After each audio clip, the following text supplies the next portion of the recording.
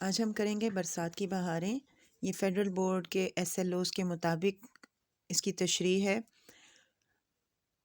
نظم برسات کی بہاریں نذیر اکبر آبادی کی نظم ہے۔ بند نمبر 1 ہے ہیں اس ہوا میں کیا کیا برسات کی بہاریں، سبزوں کی لہلہاہٹ، باغات کی بہاریں، بوندوں کی جھمجھماہٹ، قطرات کی بہاریں، ہر بات کے تماشے، ہر گھات کی بہاریں، کیا کیا مچی ہیں یارو برسات کی بہاریں۔ بند کی تشریح کرتے ہوئے پہلے لکھیں گے حوالہ شاعر نذیر اکبر آبادی، پھر ہم لکھیں گے حوالہ نظم برسات کی بہاریں، پھر تشریح شروع کریں گے۔ تشریح شروع کرتے ہوئے سب سے پہلے ہم شاعر کا حوالہ دیں گے کہ وہ کس قسم کے شاعر ہیں۔ تو یہاں نذیر اکبر آبادی کی زبان سادہ اور موضوعات عام ہیں، اسی لیے انہیں عوامی شاعر کہا جاتا ہے۔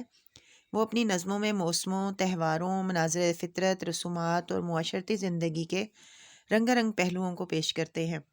انہوں نے انسان دوستی کے ساتھ انسانی جذبات و احساسات کی ترجمانی کی ہے۔ کہتے ہیں کہ برسات کا موسم شروع ہو گیا ہے، ہوا میں خنکی ہے اور ٹھنڈے ٹھنڈے جھونکے عجیب طراوت بخش رہے ہیں۔ ہوا کے پرسرور جھونکے آتے ہیں تو سرسبز و شاداب کھیت جھومتے نظر آتے ہیں۔ یوں محسوس ہوتا ہے کہ ہر طرف سرسبزی اور شادابی ہے، حد نگاہ تک ہریالی ہی ہریالی دکھائی دیتی ہے۔ طبیعت میں فرحت کا احساس پیدا ہوتا ہے۔ کیسی ہے لہلہاہٹ برسات کے دنوں میں، سبزے کی ایک چادر ہر سو بچھی ہوئی ہے۔ یہ تشریح کے درمیان میں جب آپ کسی شعر کو لکھتے ہیں تو اس کے آپ کو اضافی نمبر ملتے ہیں۔ موسم برسات میں بارش برستی ہے تو سبزے کی چادر پر موتیوں کی آب و تاب بڑی حسین معلوم ہوتی ہے۔ پانی کے قطرے موتیوں کی مانند چمک رہے ہوتے ہیں۔ ایسا دلکش نظارہ صرف ایک جانب نہیں ہے بلکہ جدھر نظر اٹھائیں یہی حسین اور دل فریب سما نظر آتا ہے۔ ہر طرف برسات کی بہاروں کی دھوم ہے۔ یہ گھٹائیں اودی اودی، یہ بہار کا زمانہ، بڑا دل فریب منظر برسات دے رہے۔ بند نمبر 2 ہے بادل ہوا کے اوپر ہو مست چھا رہے ہیں، جھڑیوں کی مستیوں سے دھومیں مچا رہے ہیں، پڑتے ہیں پانی ہر جا، جل تھل بنا رہے ہیں، گلزار بھیگتے ہیں، سبزے نہا رہے ہیں، کیا کیا مچی ہیں یارو برسات کی بہاریں۔ ٹھیک ہے، جو ترتیب ہے وہ وہی ہے، حوالہ نظم حوالہ شاعر لکھنے کے بعد تشریح کریں گے۔ تشریح میں بند نمبر 1 میں جو ہم نے شروع میں شاعر کا حوالہ دیا تھا وہ ہر تشریح ہر بند کے شروع میں آئے گا۔ یاد کرتے ہوئے اس بات کو یاد رکھنا ہے کہ ہم نے نذیر اکبر آبادی کا جو حوالہ ہے وہ ہر تشریح میں لکھنا ہے۔ اس بند میں شاعر کہتا ہے کہ بادل ہوا کے دوش پر سوار ہو کر آ رہے ہیں اور اپنی مستیاں دکھا رہے ہیں۔ گھٹائیں آتی ہیں تو مستیاں پھیلا کر دیکھنے والوں کو بھی مست اور بے خود کر دیتی ہیں۔ جھڑیاں لگی ہوئی ہیں اور می چھما چھم برس رہا ہے۔ گھٹا گھنگور چھائی خوب گرجی ٹوٹ کر برسی، عجب خرمستیاں چھائی ہوئی ہیں صحن گلشن میں۔ برسات کی وجہ سے خوب پانی برس رہا ہے، کہیں تو گڑوں میں بے پناہ پانی جمع ہو گیا ہے اور ہر طرف پانی سے جل تھل ہو گیا ہے۔ باغات میں بارش نے عجیب سما بنا دیا ہے، ہرے بھرے پودے پھل اور پھول پانی سے بھیگے ہوئے دکھائی دیتے ہیں۔ صرف گلزار ہی نہیں بلکہ حد نگاہ تک سبزہ پانی سے نہایا ہوا معلوم ہوتا ہے۔ بارش ہوتی ہے تو سبزے پر پڑی ہوئی گرد دھل جاتی ہے اور اس پر نکھار آ جاتا ہے، دیکھنے والے کو یوں محسوس ہوتا ہے جیسے سبزہ نہایا ہوا ہے۔ شاعر نے بہت خوبصورتی سے برسات کی تصویر کشی کی ہے، ہر طرف برسات کی بہاروں کی دھوم ہے۔ بند نمبر 3 جنگل سب اپنے تن پر ہریالی سج رہے ہیں، گل پھول جھاڑ بوٹے کر اپنی دھج رہے ہیں، بجلی چمک رہی ہے، بادل گرج رہے ہیں، اللہ کے نکارے نوبت کے بج رہے ہیں، کیا کیا مچی ہیں یارو برسات کی بہاریں۔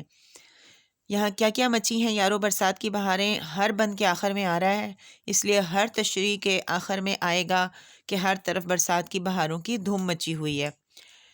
بند نمبر 3 کی تشریح کرتے ہیں کہ بارش برس رہی ہے، برسات نے خوب دھومیں مچائی ہوئی ہیں اور بارش کی وجہ سے جنگل دھل کر سرسبز ہو گئے ہیں۔ یوں لگتا ہے سب درختوں نے سبز لباس پہن لیا ہے اور سج سنور گئے ہیں۔ گل پھول جھاڑیاں اور پودے نکھر کر خوبصورت ہو گئے ہیں۔ فضاؤں میں بہار آنے لگی ہے، خوشی ہر چیز پر چھانے لگی ہے۔ برسات کا موسم آتا ہے تو بجلی چمکنے لگتی ہے، بادل گھن گرج کر موسم کے بدلنے کا اعلان کرتے ہیں اور قدرت کی منادی کرتے ہیں کہ یہ سب کچھ اللہ کے حکم سے ہوتا ہے۔ قدرت نے ہر چیز کو نکھار دیا ہے، ماحول خوشگوار ہو رہا ہے۔ یہ سب برسات کی بہاروں کی دھوم ہے۔ 4 کیا کیا رکھے ہیں یا رب سامان تیری قدرت، بدلے ہے رنگ کیا کیا ہر آن تیری قدرت، سب مست ہو رہے ہیں پہچان تیری قدرت، تیتر پکارتے ہیں سبحان تیری قدرت، کیا کیا مچی ہیں یارو برسات کی بہاریں۔ نذیر اکبر آبادی کہتے ہیں کہ برسات نے عجب سما پیدا کر دیا ہے، قدرت نے انسان کا دل لبھانے کے لیے کیا کیا سامان پیدا کر دیے ہیں۔ ہر چیز پر نکھار ہے، ہر شے دل فریب ہے، ماحول شاداں و فرحاں ہے، چار سو رنگینیاں چھائی ہوئی ہیں، کلیوں کی چٹک، سبزے کی لہک، پھولوں کی مہک، پانی کے قطرے کی چمک خوشگوار منظر پیش کر رہی ہے۔ یہ رنگا رنگ منظر قدرت کا خاص عطیہ ہے۔ مہکتے پھول سے خوشبو جدا کی، عطا ساری ہے یہ میرے خدا کی۔ برسات کا یہ حسین موسم دلوں میں جوش، ارتعاش اور مستی پیدا کرتا ہے۔ قدرت کی کرشمہ سازیاں دیکھ دیکھ کر سب لوگ مست و بے خود ہو رہے ہیں۔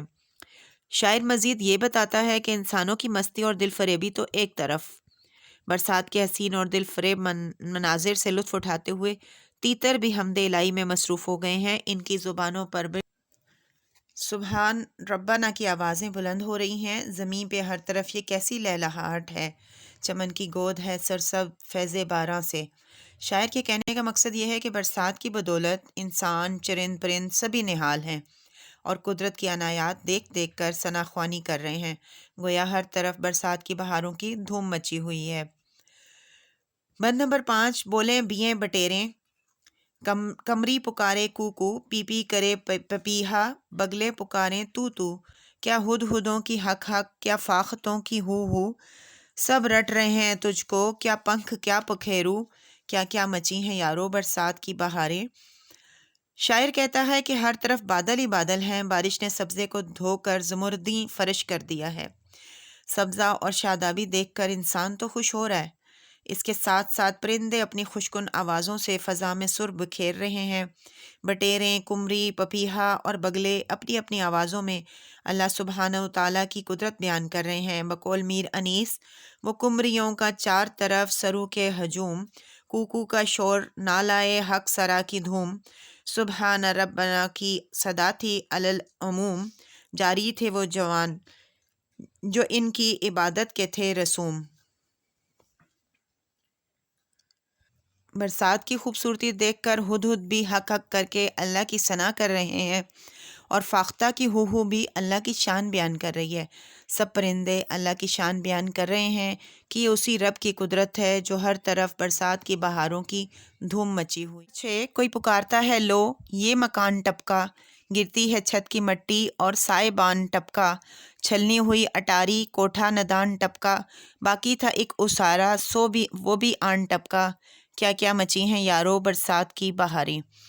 اب چھلنی ہوئی اٹاری، اٹاری کہتے ہیں بالا خانہ کو، کوٹھا ندان دوسری منزل کا کمرہ، اسارا کہتے ہیں برآمدے کو۔ تو اس بند میں شاعر نذیر اکبر آبادی برسات کی وجہ سے پیش آنے والی مشکلات کا ذکر کر رہے ہیں۔ برسات صرف خوشکن ہی نہیں ہوتی، بہت سے علاقے ایسے ہوتے ہیں جہاں برسات اپنے ساتھ بہت سی مشکلات لے کر آتی ہے۔ برسات کے آتے ہی کچے گھروں کے لوگ پریشان ہو اٹھتے ہیں، اس کی خوبصورتی سے قطع نظر پرانے گھروں کے مالک لوگ بارش کے برستے ہی ایک افراتفری کا شکار ہو جاتے ہیں۔ مسلسل بارش کی وجہ سے گھروں کے چھت ٹپکنے لگتے ہیں، کہیں سے آواز آتی ہے کہ چھت کی مٹی گر گئی ہے، سر چھپانے کی جگہ نہیں رہتی، دوسری منزل میں اتنے سوراخ ہو جاتے ہیں کہ ایسے لگتا ہے بالائی منزل چھلنی ہو گئی ہے۔ کمرے اور دیواریں ٹپک ٹپک کر اپنی خستہ حالی کو بیان کرتی ہیں، اور کہیں کوئی برآمدہ جو ٹپکنے سے رہ جاتا ہے، مسلسل بارش سے وہ بھی ٹپکنے لگتا ہے۔ گویا شاعر یہاں یہ بتانا چاہتا ہے کہ برسات صرف شادابی ہی نہیں لاتی، اس میں مشکلات بھی نظر آتی ہیں، گویا اچھی یا بری ہر طرف برسات کی دھوم مچی ہوئی ہے۔ بند نمبر 7 کیچڑ سے ہو رہی ہے جس جا زمیں پھسلنی، مشکل ہوئی ہے وہاں سے ہر ایک کو راہ چلنی، پھسلا جو پاؤں پگڑی مشکل ہے پھر سنبھلنی، جوتی گڑی تو وہاں سے کیا تاپ پھر نکلنی، کیا کیا مچی ہیں یارو برسات کی بہاریں۔ اس بند میں بھی نذیر اکبر آبادی بڑی سلاست اور روانی سے موسم برسات کی مشکلات کو بتا رہے ہیں کہ مسلسل بارش کے بعد ہر طرف زمین پھسلنی ہو جاتی ہے، جگہ جگہ کیچڑ کی وجہ سے راہگیروں کا چلنا مشکل ہو جاتا ہے، اور چلتے چلتے اگر پاؤں پھسل جائے تو پھر سنبھلنا مشکل ہو جاتا ہے۔ بارش کی جھڑی سے اس قدر کیچڑ ہو جاتی ہے کہ چلتے چلتے پاؤں زمین میں دھنسنے لگتے ہیں۔ پھر کسی میں اتنی تاب کہاں کہ وہ اس کیچڑ میں پھنسی ہوئی گڑی ہوئی جوتی کو نکال سکے۔ گویا شاعر یہ بتانا چاہتا ہے کہ موسم برسات کی وجہ سے لوگوں کو مشکلات کا بھی سامنا کرنا پڑتا ہے، اور یہ سب برسات کی دھوم کی وجہ سے ہے۔ اب جب آپ تشریح کریں گے تو اس بات کا خیال رکھنا ہے کہ جو آپ کی ہیڈنگز ہیں ان کو انڈر لائن کریں پراپر طریقے سے، اور ہر بند کے آخر میں اینڈنگ لائن ضرور لگائیں۔